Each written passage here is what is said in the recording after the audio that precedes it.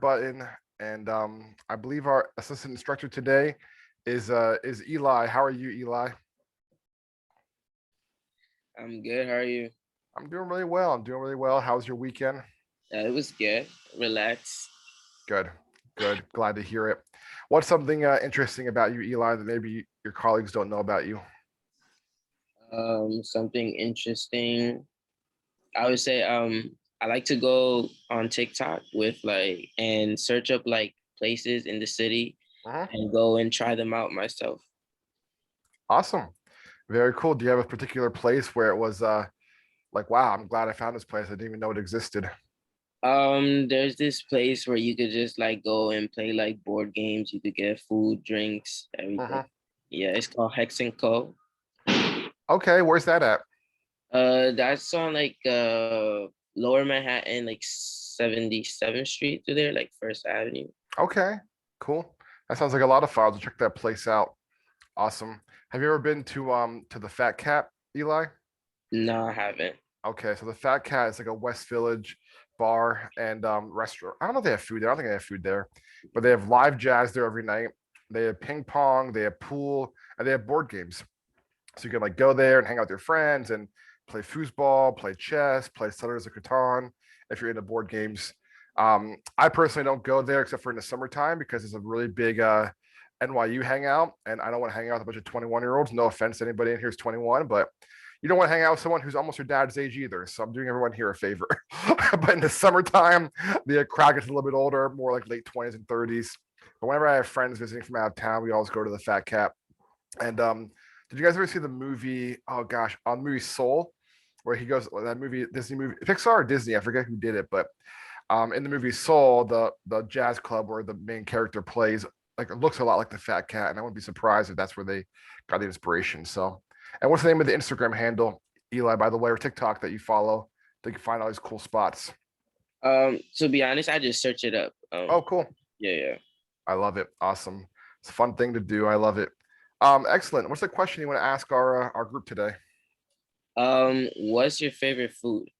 Mm, I love that question. Is it any food at all or Yeah, particular cuisine? anything. Okay, anything. Yeah. Dessert, main dish, side dish, favorite food, period.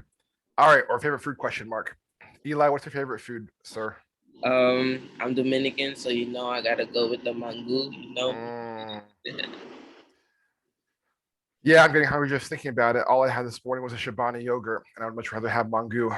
So we can see in the chat box pizza. Miguel, you and I are just bonded. Pizza is my favorite food as well. I'll eat pizza cold. I'll eat it hot. I'll eat it for breakfast. I'll eat it for dinner. I love pizza. Chicken all the way. Wings, tacos, mango as well. Um, Going all the way down to milkshakes, pizza and pasta, steak, ribs, Asian food, all Asian foods. Wow, cinnamon toast crunch ice cream. I love it, Justin. Very specific. That sounds. Great. It does sound pretty tasty, doesn't it? All right. Well, I don't know about you guys, but I'm getting hungry reading all these good things. All right. Well, thank you, Eli. Really a pleasure to have you in class. And here's a fun fact about me: is that me and Eli live in the same neighborhood, like 3 or 4 blocks away from each other. So we still haven't ran into each other yet, but I'm sure one day we will, and that'll be a cool moment. So thank you, sir, for your comments and your question. And we'll go ahead and jump into class today. Before we go into the PowerPoint deck, you guys had a deliverable that was due last night, since we didn't have class yesterday, and that was understanding the difference between Scrum or Agile and waterfall methods of project management. Can someone just raise their virtual hand and give us an idea of like what are some of the big differences between those two frameworks, waterfall versus traditional PM? So, Candor, I saw your hand first. The waterfall method was pretty much you get all your requirements and your plan in order right at the beginning, Mhm. while the agile method was you reconvene every 2 weeks and you change up what your priority is based on customer feedback. Exactly. So you're going back, you're doing new iterations, whereas the waterfall, it's A to Z. This is how we're going to execute this project. Excellent, Sikander. Thank you. David, what would you add? Um, just adding on to what Sikander said, waterfall I would say is more set in stone as opposed to the agile is subject to change every now and then. Mhm. Yeah, absolutely. So agile is is flexible. Even it's in the word agile, right? It's open to change. Waterfall is the way we prepare the project, the way we execute the project is not going to be that much change once we start getting after it. Jason. So for agile, it's more time consuming, but it'll have better results and become really, what the client and or person you're trying to have buy it really wants, compared to waterfall, which is quicker, but it's a risk gambling. Yes, absolutely. I mean, the nice thing about the agile method is that the customer is interfacing with the project as it's being built. Waterfall, it's like, okay, it's done. Here you go. It's like, oh shoot, that's not what I wanted at all. So definitely helpful in that area. Yeah, Miguel. You there, Miguel? 1 second. Yeah, sorry about that. I just had to unmute myself. Actually had to use the agile method before for where I used to for one of my old jobs when I was teaching. Okay. We would use them in sprints to come up with lesson plans, and we'd use Kanban boards. Yeah. So we'd use Trello. Okay, so you're like a project management expert already, Miguel. I wouldn't say expert. Well, but impressive. got a little some of the basics. Yeah, I love that. So you're familiar with this. You've worked in this way as well. Great. Amir? Yeah, a big thing I think when it comes to agile and waterfall is in the agile method, it's more like a project team rather than a manager. And in the waterfall, you have a manager who's like overseeing everything throughout the phases instead of when they reconvene as a project team in agile method. Yes, absolutely. Excellent observation, Amir. One of the things I really appreciate about agile, maybe it just lends itself more to my personality, but it's very flat organizationally. And what that means is that everybody, the product manager, we'll talk about that person later, the scrum master, we'll talk about that person later, and development team, but they all have equal footing and equal say. Whereas in traditional project management, it's more of the project manager kind of, I don't want to say bosses people around. That's not what good project managers do, but the buck stops with that person. And they're the ones doing a lot more directing and a lot less facilitating. Can someone give me an example of a waterfall sort of project? Like what's a project you would do that you would definitely want to employ the waterfall method on? Yeah, Amir? So something I thought of when it comes to like a similar project, but when you change it up from waterfall to agile, is let's say there's a product, but you're creating a product from scratch. I'd say you go with the agile method, so you explore all the avenues, you get customer feedback. But if you're upgrading a product or updating it, I'd say use the waterfall, just so like you already have a base to go off of. So you just go with the structured method. Yeah, so you're saying you're building something from launch, agile is better, but if you have a foundation, waterfall. Gotcha. Yeah. Makes sense. Yeah, thank you. Eduardo, before you do your interview with Joe Rogan, what advice do you have for us?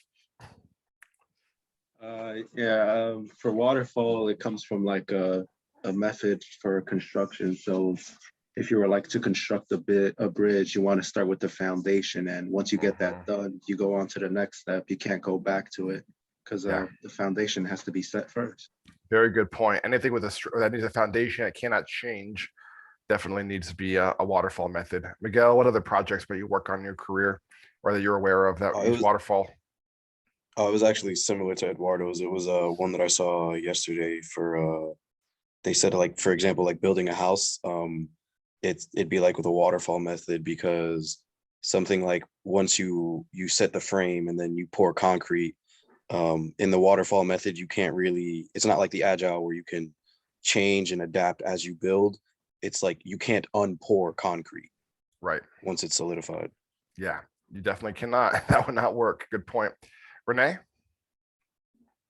Yes, so I just wanted to add on that agile is like it's basically is for more bigger projects, and waterfall is like for more smaller projects. Yeah, definitely. And it's a very good point to bring up. And bigger or smaller can also be confusing because it's like, well, what's bigger, building a skyscraper or building a website? Well, they're not, one's not bigger than the other. It's just they're different, right? There's different. And I think that to piggyback on that, Renee, I would say more complex projects Or Right. more technical projects should be agile. More straightforward projects, waterfall. Good point, Renee. Thank you, sir. All right. What about an example of an agile project? What would be an example of that you've done or you're familiar with in your career? Yeah, Jason? For me, back when I used to work at Title Vest, we had to do investigations of our clients, because it was like co-op insurance. Yep. So an example there is that we always have to touch base with our manager to confirm, like, this is the client that we're trying to talk about. This is information regarding them and or concerning them. Yeah, it's basically anything that you touch base on with someone with. Yeah. So you're staying in constant contact with that person and keeping the lines of communication open. Excellent example. Thank you, Jason. Any other example of agile you might use in your life or your career? You guys are IT students, so there'll be plenty.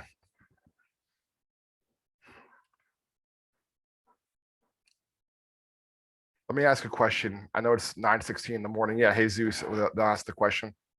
Yes, sir. So I don't know about specifically if this would fall under IT, but I know that agile methods used a lot in software development. Yes, undoubtedly is. Yep. Thank you, Jesus. Who here, give me a green check if you've ever built a website before or designed a website. Green check, yes. Red X, no. Does building an app count? Yeah, building an app count. Yep. Sure, MySpace can count. All right. I'm gonna ask Joshua to help me out with this example. Do you mind, Joshua? No problem. All right, Joshua, I want you to imagine that you're the web designer I want to work with because I want to create a website for my pet grooming business that I have, which doesn't exist, but we're gonna use it for an example. Would you rather, Joshua, as a web designer, me come to you and say, all right, I want my pet grooming website to be up. I just want a nice picture of a dog on the first page, the address, and it's called Hoke Grooming Services, and it's on 161st Street. And just, and just tell me when it's done. Do you think that would be a good way to work?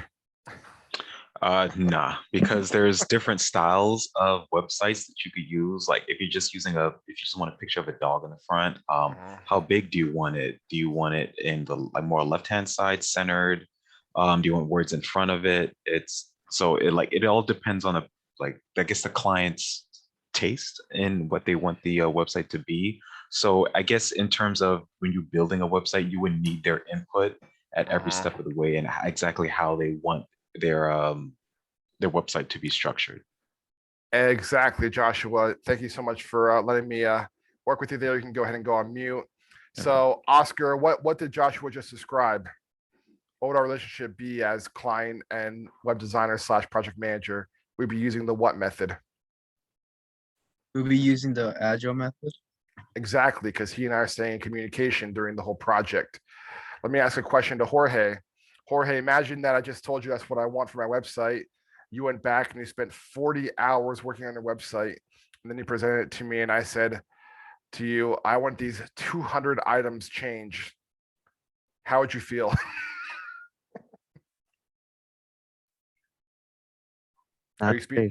You were what? Not great. Not great. Yeah, you're very polite, Jorge. I think some other people might be having a different expression. You spent 40 hours working on it. You say, okay, Eric, your website for your dog grooming business is done. Oh, wow, Jorge, this is nothing that I wanted. 200 changes, please. Not good, right? For anybody. But Melvin, let me ask you a question. What if you put 4 hours into it and I said, well, can you please change these 3 things? Is that a little bit easier to work with, Melvin? Yeah. Of course. And then last question, then we'll go on to the next thing. Raphael, what do you think is going to happen to you as a web designer and a project manager? Let's say after the 6th time that you and I meet to go over the website, what do you think happens with your experience working with me? Do you think you have a better idea on what I want, what I'm looking for, all that stuff, Raphael? Raphael, the dogs need to get groomed. Hello. Huh? What? Were you paying attention, Raphael? Yeah, sorry, I was messing with my settings real quick. Yep. I was asking you if you and I are working together on a project. You're building a website, and after 2 months of working together, you would you have a better idea of what I wanted for as a client of yours? Yes or no?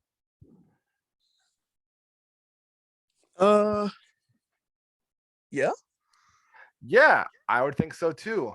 I would think you have a much better idea of what I was looking for, what for a website. So going back to me and Joshua's first conversation, if I said to Joshua, just build a website, put a dog on the first page and put the address and call it good. Not a very good way to build a website. It's a technical project. There's a creative element to it. There's a lot of moving parts. It's a complex project. But if we stay in contact, and hopefully my project manager doesn't fall asleep in the middle of the project, then we're really going to have something meaningful and impactful, something that I appreciate as a client. I'm like, okay, this person really took the time to listen to me, to understand what works, and we have a finished product that I can agree with. So that's the difference between the two methods. We'll spend time in this class talking about both because you're IT students, you'll be doing both in your professional life. So it's important to have a grasp on both ways of working. So any questions on what I just shared? The difference between those two? That's an important learning that you should know about this class. There's two methods of doing it: waterfall, which or traditional, or agile, which is iterative. Yes, Sabrina? Hi, Eric. Not a question particularly, but as we were discussing this, I had just realized that without me even thinking, I go for the agile method more than the waterfall. Okay. Teacher student in college, so we do a lot of projects, and I see we have to treat our professors like our clients. So we present our ideas like every 2 days, and we change it based on that, right? But some people like to get ahead and create their 3D model in the very beginning, like in the very first day, which the professor, even if it's good, the professor ends up hating it. So they have to redo the entire thing. So even when they're thinking, okay, I'm getting this ahead of time, I have everything planned, it doesn't go according to plans. Whereas us, we take everything slow and we do small changes at a time, and we ask the professor, okay, this is how it's gonna go. How do you like it? What should I change?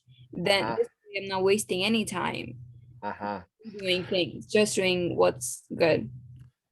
I love that, Sabrina. You're a very smart person because not only does that save you time, but someone help us out here. How about Henry? How does that make the professor think about Sabrina and her colleagues when they keep coming back and getting feedback from the professor? How do you think that the professor looks at how they're doing their work? They will look at Sabrina as a creative person, contributing, bringing her ideas, sharing, and they look at her like a leader. Yes, absolutely, all of the above. They'll say Sabrina, her colleagues that keep coming back, asking for feedback. Here's a person who really cares about the getting a good grade. They care about excelling. They care about doing the best work that they can. Really goes a long way. So excellent example, Sabrina. Thank you so much for sharing that. Very relatable to all of us as we are here in the Year Up program. All right, let's go ahead and jump into the PowerPoint. If you want to go off camera for this portion, feel free to. All right, can anybody in the chat box tell me what the step 2 is in the life cycle of a project? Step 1 is initiation. Step 2 is? Is it to start planning? Yes, step 2 is planning. Thank you, whoever said that. And thank you, Eduardo, for putting it into the chat. So here's an example of a project charter. All right. Does anybody learn during their reading or their preparation for discussion boards in class? Anybody have an idea of what a project charter is? You can either raise your hand or put it in the chat, or you just be able to put 2 and 2 together and look at this and figure it out. Anybody have an idea? Yeah, Brian, what's a project charter? Isn't it just a short description about your project? And Yeah. it's like the entire project, like it's like a layout. Exactly. It's a very short description. As you can see here, this example is the outline of what the project's going to be, our description, objectives, when is it considered successful, who's on the team, how much is it going to cost, what are our major milestones. Why is this an important document to have in planning out a project? Anyone want to take a stab at it? Why not just be like, oh, we're going to create an app, go team? Yeah, Brandon. It's important because it really sets out like the outline for your project, and it basically puts everything on the table in terms of like what you need to have and what's expected to be completed within the project. And things like I see available resources, the budget is very important to have. So yeah, like Zunair said, it's needed to keep you organized pretty much. Yeah, excellent. Very good point. And Claire, what would you add? To piggyback off what Brandon said, in projects, there are a lot of moving parts. And if this is a project that you guys are like constantly changing things, you guys need to like, remember, what exactly is the point of this, what actually needs to be done. Like we could change this up as much as we want, but what's like important. So I feel like this kind of keeps you like, I guess you say grounded. It like has everything you need to know about the project. No, absolutely. I'm glad to bring that up, Anne Claire, because in a moment, we're going to talk about a thing called scope creep, which is when outside, ideas come into a project.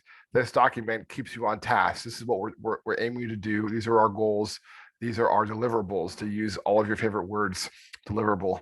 Yeah, Eli? I wrote in the chat, but I said that it keeps you accountable. Yes, absolutely. And here's an idea for you.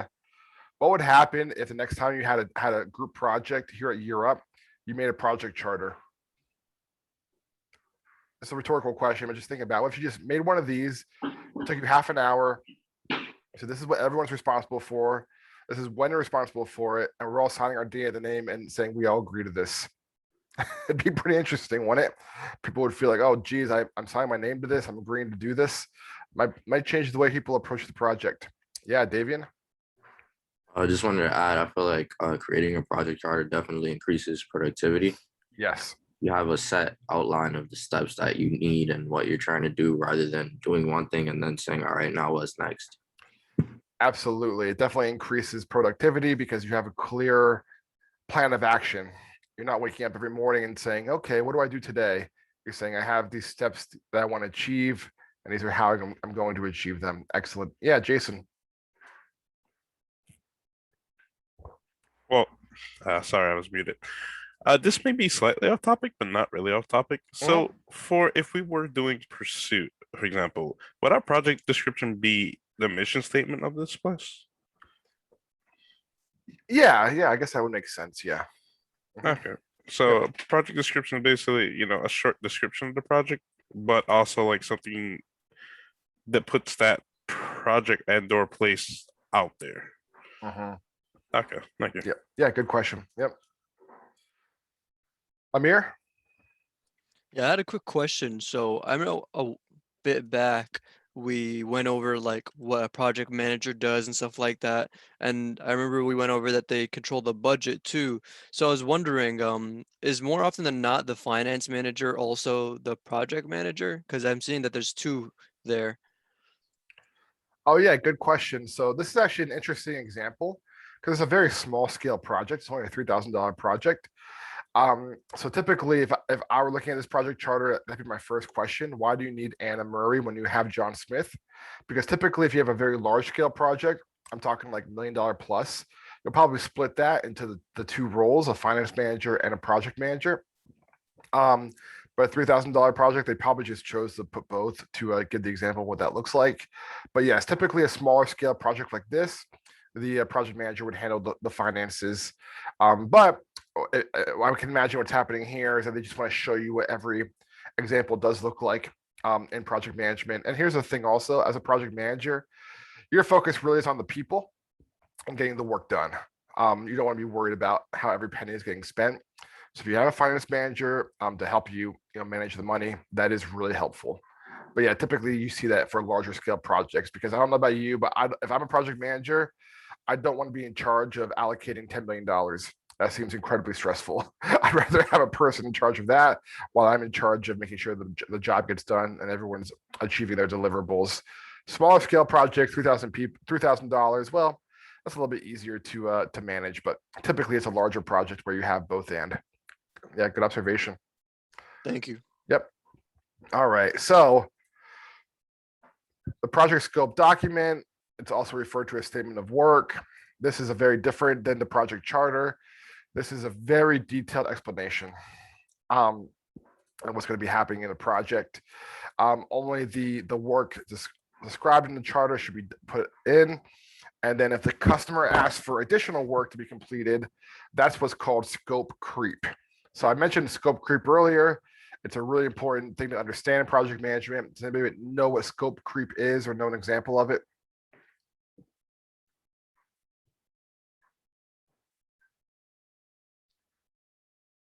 So scope creep in short is, imagine you have your document, your project charter and your statement of work, and you say this is what we're going to deliver on.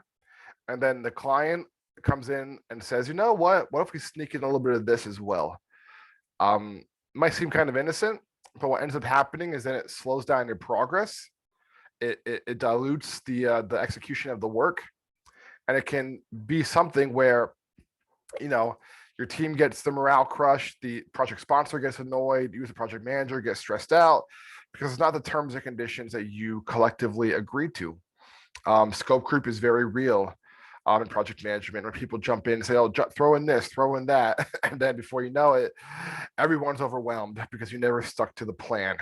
So as a project manager, it's very important that you know how to say no. You can say, great idea, but we're not going to do that. We already set up our plan. And we're not going to make that happen. Now you're probably wondering, you're putting two and two together. Well, what about a agile method where you're constantly receiving feedback from the client on what to change, add, or adjust? That's a little bit different, because here's how it works in agile. In agile, you have what are called a sprint.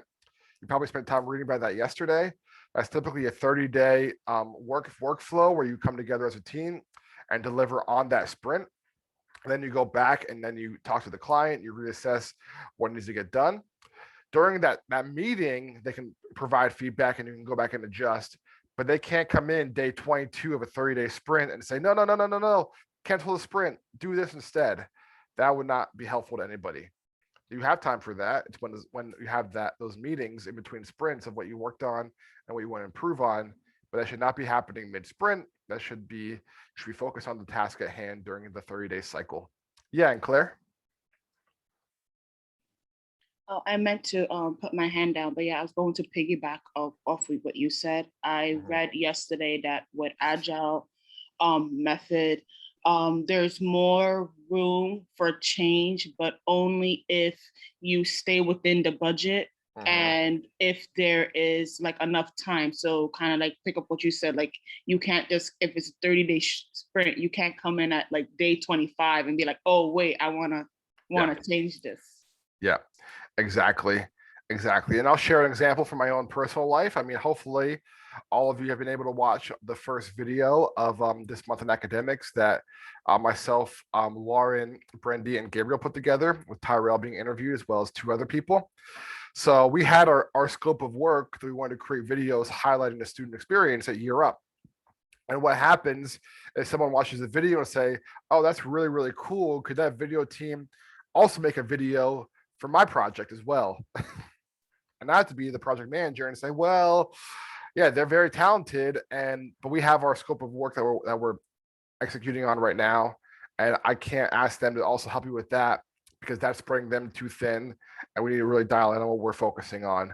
So if you're not willing to say no to people and you say yes to everything, project management would be a career path that would really stretch you in that way, because you have to protect your team, you have to protect the resources, you have to protect the finances, you have to protect the contract that you made to make sure that everything gets executed as it should. All right, so project scope document, it's all here. I'm not going to read it through. But you can go back and look at this later in the in Schoology.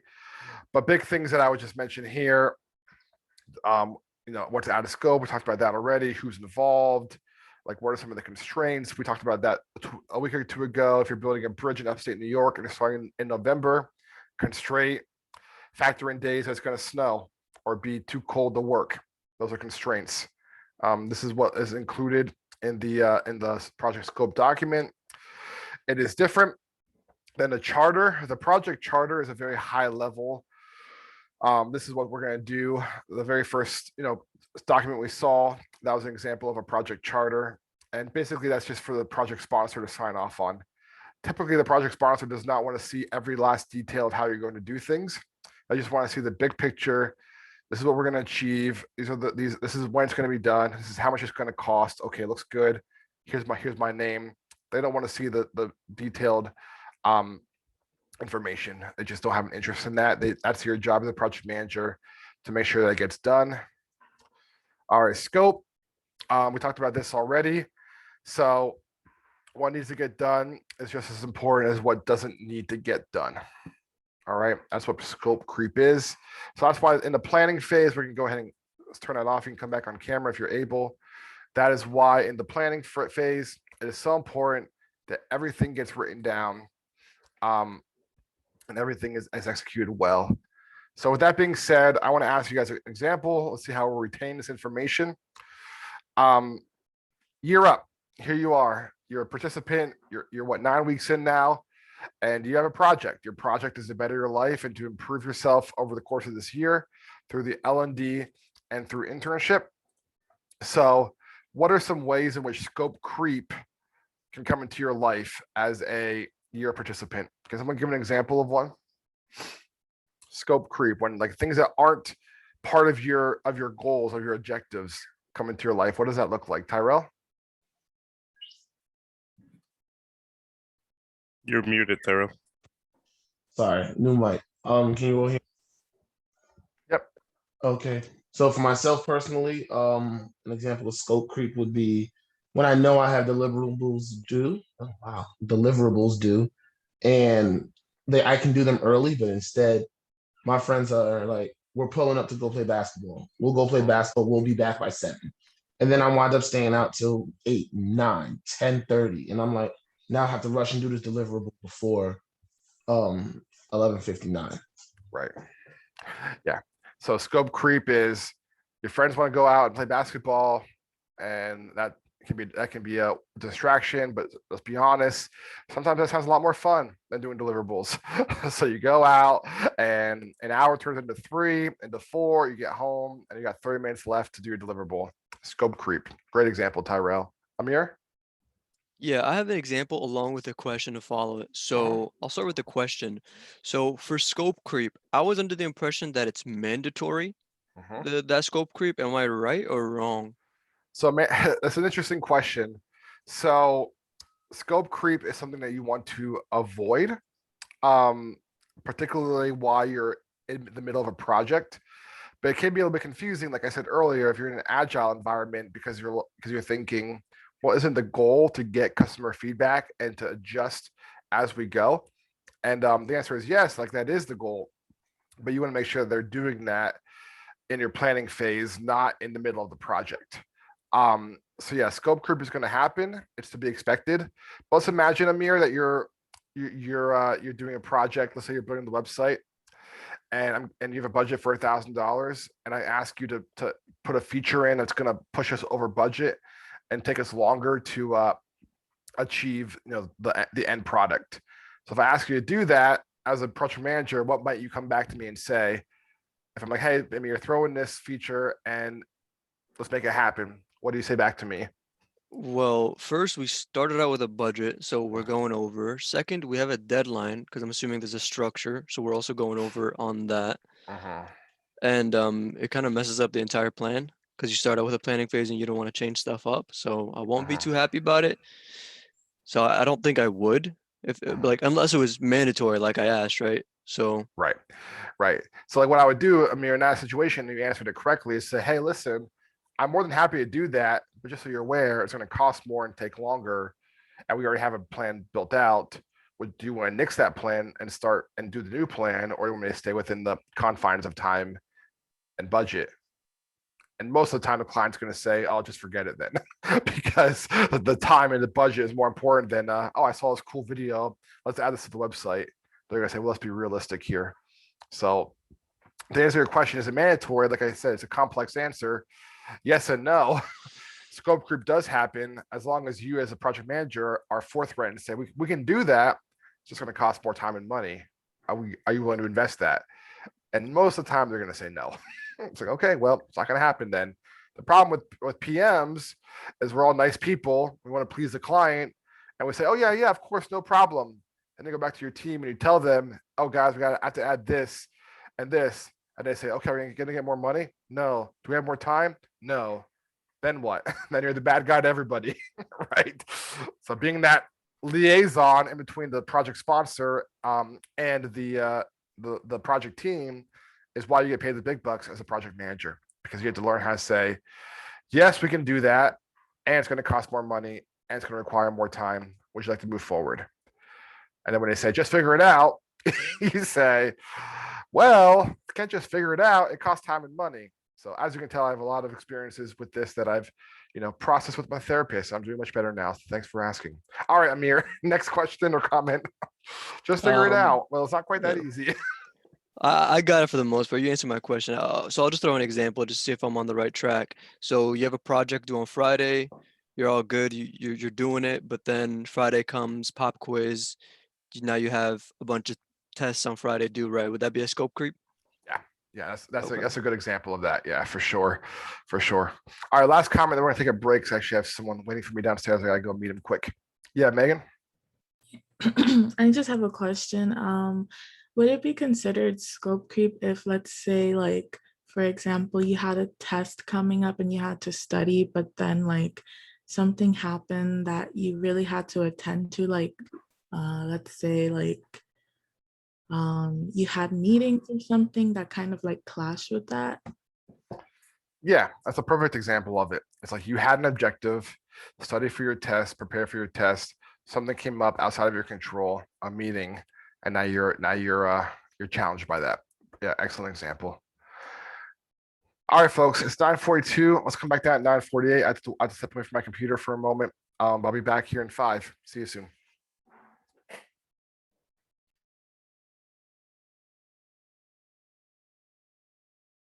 All right, folks, it is 9:48. We'll go ahead and jump back into class. About 30 more minutes or so to go. I know it's a lot of information today, but hopefully you find it interesting and engaging. 2 things I want to follow up on. And Claire asked, will there ever be a case where the PM has to pay out of pocket? The answer is, if you do proper planning, no. That's why the planning is so important. In work, you should never pay for anything out of pocket in terms of like a work project. So if I'm on a project team with Brian and me and Brian go out for lunch to talk about the project, who should pay for that? Me, Brian, or the company? The company should pay for it. So we're going out to talk about the project. If me and Alan go out for lunch and talk about anime, who should pay for that? Me or Alan or the company? Well, me or Alan should, and Alan should pay for it because we didn't talk about work. This is my humble opinion. Not everyone agrees. But if me and Michael Perez go out for lunch and we spend an hour talking about the Jets and 10 minutes talking about work, who should pay for it? Me or Michael or work?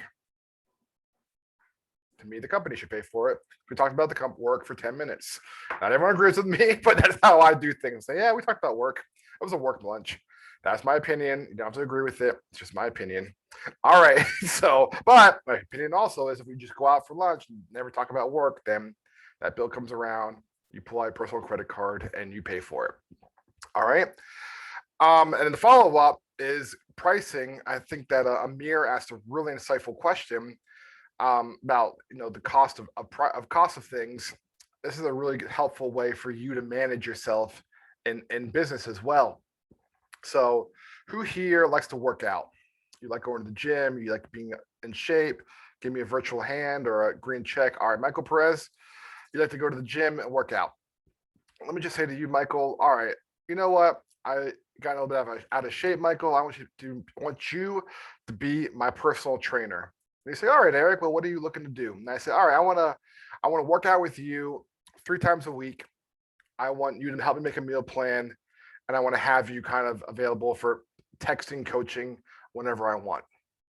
And you say, okay, 3 times a week, meal plan, texting whenever I want for coaching advice. That's going to cost you $300 a month. And I'm like, $300 a month? What? How about 150? All right, because I can't afford 300, but I can afford 150. Michael, being the savvy businessman he is, says, okay, 150. We'll work out together once a month, once a week. I'll make you a meal plan twice a month, and you can text me Monday through Friday from 9 to 5 for 150. I'm like, that's not quite as good though. And most likely, I'm probably going to say, all right, you know what? 300 is a fair price because you're giving me a lot 3 times a week, meal prep every single week, helping me meal plan, and text you whenever I want. I can text you at 11 o'clock at night and say, hey, I have a question about this, and you may or may not write back. That's worth the $300. The problem with some of us, I'm not saying Michael would ever do this, but some of us would hear me say, no, I'm not too expensive. How about 150? Would say, okay, how about 200 and we call it even? And that's not really fair to you, is it? I mean, Michael's doing a lot for me, isn't he? 3 times a week, meeting me at the gym. That's 12 times a month. Let's just say an hour each time. Helping me with my meal plan. That's a lot of work. Me texting him at weird times. That's a lot of work.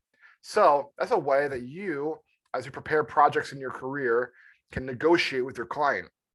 You can say, hey, I'm going to shoot high. And if you say, well, I can't afford that, then you start to bring down what you're able to do. All right. Life lesson in there. Some of you get it. Some of you will get it in like 10 years and you'll thank me. So that's that. All right. We'll go ahead and finish up this class with 2 more things. The very first thing is a kickoff meeting. Did anybody read about a kickoff meeting, what that is, what that entails? That can help us understand what that is in project management and why it's important. Give me a hand raise and I'll call on you. Nobody figured that out? Kickoff meeting? Davian, what's a kickoff meeting? I didn't read up on it, but I'm making an educated guess and say it's basically like a rundown of what the project will entail. Yeah, that definitely is part of it for sure. The rundown of what it'll entail. Brandon, what else happens in the kickoff meeting? Yeah, I was gonna agree with what Davian said and say like, rundown. And it's also like level setting to make sure everybody's on the same page and get an idea of like what's expected of, each participant. So level setting, rundown, those things definitely happen. You're missing a very important part of a kickoff meeting. And that it is a what, Eli? I was gonna say like a startup. Yeah, it's like the start of the project. Like you've done all your planning. Everyone knows where they stand. You're having a what, Tyrell? An introduction meeting. Yep, you got half of it right. Really important. You're having a meeting. Very, very important. MEETING. Did I spell that right? I think so. Meeting. Okay. Desmond Doe, why is having a meeting important? Why not just send out an email and say, okay, we plan the project. Here's next steps. Why is the meeting so critical, Desmond? I guess deliverables supposed to be assigned to the people within the project. Yeah, you've already done that in the planning phase. This is like the step in between the planning phase and the execution. You're having a meeting. Everyone is there. There's coffee. There's donuts. There's lots of excitement. Why do you do that and not just send an email and say, okay, guys, everything's planned. Let's go ahead and get started. And Claire, why is the meeting so important? I think the meeting is so important because if there was any confusions, questions, or concerns, this is the time to bring it up. It's really hard to get that across via email. Also, if this is a project you could have an idea as to how you want to execute something, but during a meeting, somebody on your team might have a better idea. So I think, in essence, meetings are important, in my opinion, to bounce ideas off of. And if there's any questions, comments, concerns, that's the place to discuss it. excellent point. I'm so happy to bring that up. That first part is so critical. I've been on projects in my career where this was skipped and the project manager sent out a very long email outlining every detail of what we're going to be doing down to, the letter to the, 15 or so of us that were working on it. And anybody want to raise their hand, take an educated guess on what my inbox looked like about 2 hours later? What do you think happened? Davian? They're full of questions. Full of questions. It looked like a Twitter feed. It's just like boom, boom, boom, boom, boom, boom, boom, boom, boom. That for me is incredibly anxiety inducing. I don't know about you. I do not want my inbox to look like a Twitter feed. I'm a big fan of inbox zero. So kickoff meetings, that is the level set. That is the expectations. That is the Q&A. That is we're all on the same page. And that is why a kickoff meeting is so important. You plan, you get all your ducks in a row, and you have that meeting, whether it's on Zoom or in person. You don't just send an email and say, all right, guys, go team. You have a conversation. Tyrell? This question is slightly off topic, but still related. Why is it that when people, like when you have a Q&A or you're supposed to ask questions, let's say to a project manager, people come up with their questions after? Like they'll have all these great questions and stuff to ask after everything is over, thus sending you the email instead of asking during that Q&A time. Oh, you're saying like you have the meeting and people have questions, but instead of asking the question in the meeting, they email you when the meeting's over and ask the question. Because wouldn't that help reduce your stress if people would just ask during the meeting when the time to ask those questions is there and prevalent? So you're asking why don't people ask the question in the meeting? Right. Like I said, it's slightly off topic, but No, still it's not off related. topic at all because, as a project manager, you have to understand human psychology, right? So anybody want to raise their hand or put in the chat box? Why do you think people ask the question to the PM privately in an email as opposed to raising it in front of everybody? Miguel? Some people might notice that like everybody else understood or seemed to have understood the concept that they didn't understand themselves, so they might be a little embarrassed. Sometimes, it's just intimidating to ask the questions in person. Sometimes it takes a while to process the information that's given to you. So then once you do process, then your questions come up after the meeting. You might just not have the question until after the fact as well. Yeah. Variety of things you said there. I'm seeing some things in the chat box as well. Sometimes you're embarrassed. You don't want to, everyone else is good, but you don't want to look like the person in the room who doesn't know what's happening. Sometimes you don't realize the question, so you start to work. Alan, what would you add to this? Reasons why people don't ask the question right then and there. You're on. I can't hear you, Alan. Yes. Okay. For the sense of time, let's say it's a very time sensitive project that needs to get started ASAP. And you're in that meeting for, let's say, you're allotted a time of half an hour. And you're at 28 minutes and you know your question, the answer is longer than 2 minutes. Okay. Maybe it's a multi-step question, like a 2-part question. Or you might have a follow-up because you're not completely certain. And you just want to get the project going. An email, even though you probably should just spend the extra time asking the question, for some people, it might just be worth it to be like, you know what, let me just kind of let the ball start to roll slowly. And then once I get my question answered, the ball will roll faster. Absolutely. Could be time sensitive for sure. Nobody wants to feel like they're the one person kind of clogging up the whole machine. But to follow up on you, Tyrell, I'm a big fan of asking the question in the meeting. Why? Because there's probably somebody else who has the same question, doesn't want to ask it, and then you asking it helps them realize, oh, yeah, that's a good point. I'm glad that he brought that up. So I shared this with you guys before, but never be afraid to look like the dumbest person in the room. Never be afraid to say, I don't really understand that. Can you go over that again?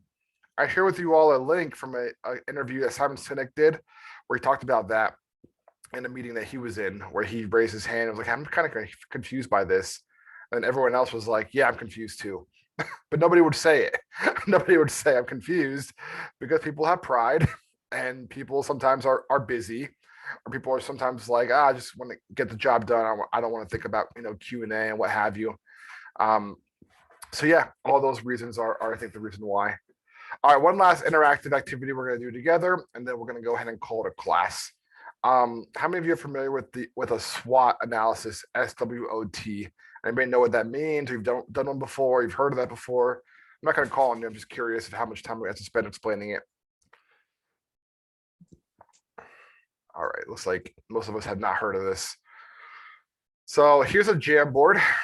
This is an example of a SWOT analysis. So you have 4 quadrants: strength, weakness, opportunities, and threats. All right.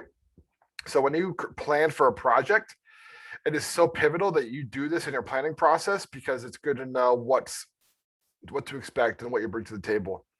So we're going to do an interactive together. I'm going to kick us off with it, and then I'm going to give you guys control to do it yourself. But if you've never done a Jamboard before, you're going to see the screen here in a few minutes. You click over to the left here, you get a sticky note. You're going to type whatever you want in a sticky note, and you can move it to whatever quadrant you want. So the project that we're going to imagine today is that your success as an intern at Year Up. So very first thing I want to bring up is strengths. So think about yourself as an intern at Year Up. What is a strength that you bring individually, not collectively, but you as a person, you bring to this program? Go ahead and raise your virtual hand, and I'll call on you.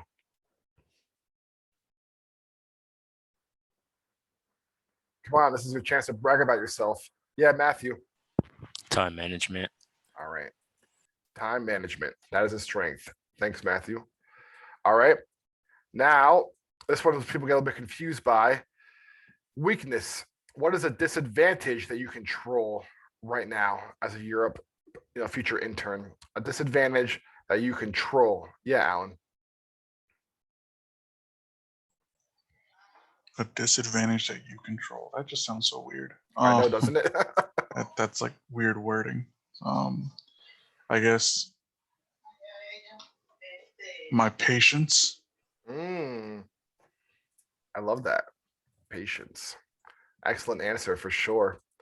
Disadvantage that you can control. So going into internship, I tend to be impatient, but I can control my patience. Opportunities. This is where it gets more confusing. We're getting very meta this morning. An advantage that you don't currently control, but could. Miguel? Prioritization. What do you mean? Like there are times where it's difficult to like figure out what needs to be done first, but eventually, like, with timing, it'll like with timing, and then I guess like looking at the problem or whatever it is, it's easier to prioritize, like once you I guess do like pros and cons and things like that. Great. So prioritization, learning how to do that. And the last thing is threats. A disadvantage you don't and can't control. Audrey? Public speaking. Well, public speaking, I think that would be more of a weakness or opportunity, because you can control public speaking. Do you think? Yeah. But do you have another idea for threats, or something that's outside of your control that could impact your success as an intern? Maybe laziness. Laziness. Once again, you control your own laziness. Do you want to call a lifeline, Audrey? Yeah. All right, Joshua, what's the threat? I would say like a team member's willingness to participate. True, we could say that. I was thinking team members' willingness to participate. I was gonna think much bigger than that. I was gonna think things like a natural disaster, or a downturn in the economy, or things of that nature. So I'm gonna give you guys, but yeah, really good points. And I gave you guys some of the answers already, so you're welcome. I'm gonna share with you all the Jamboard in the chat box. Copy link. You can go ahead and put some sticky notes up there. And I'm gonna give you just 3 minutes. Post 1 or 2 up there. Also, the thing with Jamboard that's kind of annoying is that it doesn't only let so many people on at a time. So once you post yours, exit out of the out of it, and then you don't have to put your name in the bottom. It's fine. And then exit out of it, and then someone else can hop in. If you're not able to hop in right now, just wait a second and be able to.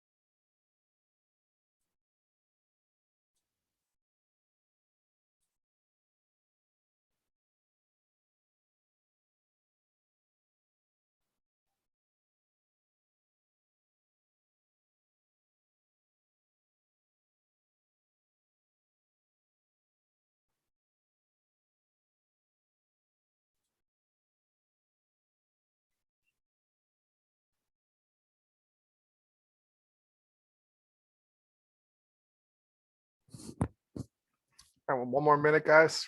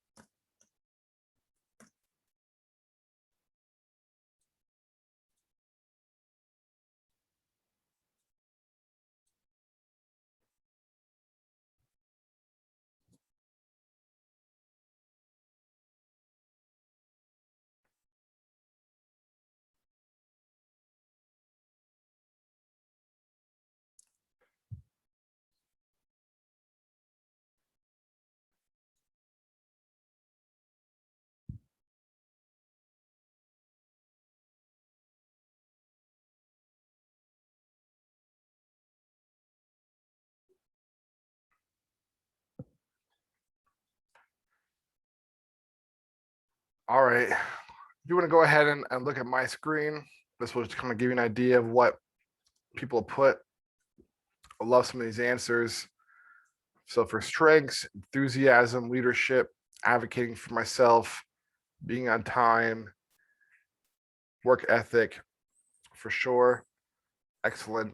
Weaknesses, a disadvantage that you control, your body, how I say things, focus, backseat driving, filler words, laziness, opportunities, and advantage you don't currently control but could, gaining knowledge, earning a certificate or degree, organizing myself mentally, being placed my internship, having an opportunity to travel, and then disadvantage that you can't control even if you wanted to, being overlooked because of my age and gender, family issues, COVID, the stock market, family emergencies, physical resources, injury, eyesight worsening.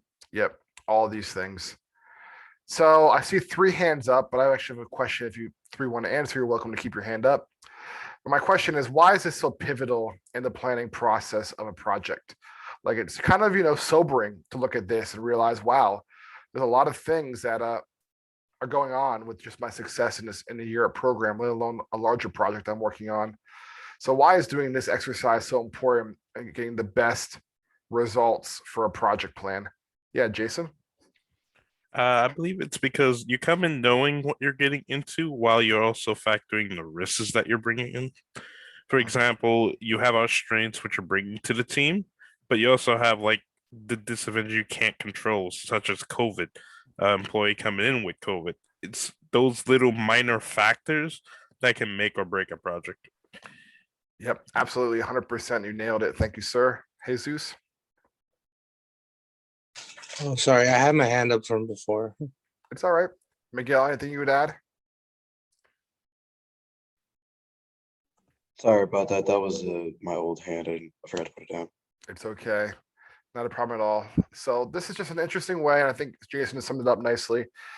When you're planning a project, just to spend a little bit of time with your team, knowing what's coming down the pike.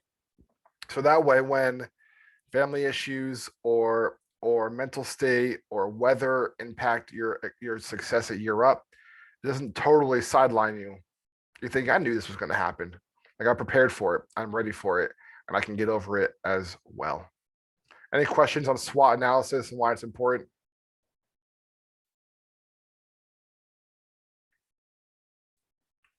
All right. If you guys don't mind coming back on camera, real quick deliverable. You guys have a discussion board due tonight. So please make sure you fill it out if you have not already. Very simple one. Please respond by Thursday. And I'm sure you've already caught word, but Year Up is being very kind and giving the staff a wellness day on Thursday. So I hope you guys have a wellness day as well. I did have a deliverable that was due on Thursday at Project Charter. But you know what? I felt like we got some feedback on Friday during Friday feedback that it's not fair to assign deliverables on days they're supposed to be off. So I removed that deliverable. So all you need to do for me this week is the discussion board. And that's all I'm going to ask of you. Any questions on what's due tonight and tomorrow? Yeah, Amir? Yeah, just a quick clarification, because on the discussion board, it says, write the replies on Monday and no, write your comment on Monday and reply on Wednesday. Okay. But you're telling us it's Tuesday and Thursday. Okay, yeah, I'll update that. I'm sorry, Amir. I just must not have done that. I was out of the office yesterday. I apologize for the confusion. No, you're good. You're good. Thanks for the heads up. And of course, last night was a discussion board, not the discussion board, excuse me, the paper that was due. I'm going to change it right now, due Tuesday. Respond at least to 2 posts due Thursday. And if you did it last night, you did it a day early, well, congrats. If I had a cookie, I would give it to you. All right. Any other questions? All right. Well, everybody have a wonderful rest of the day, and I will see you tomorrow. Take care. Thank you. Take care, Eric. Thank you. Good day. Thank you. Have a good one. Take care.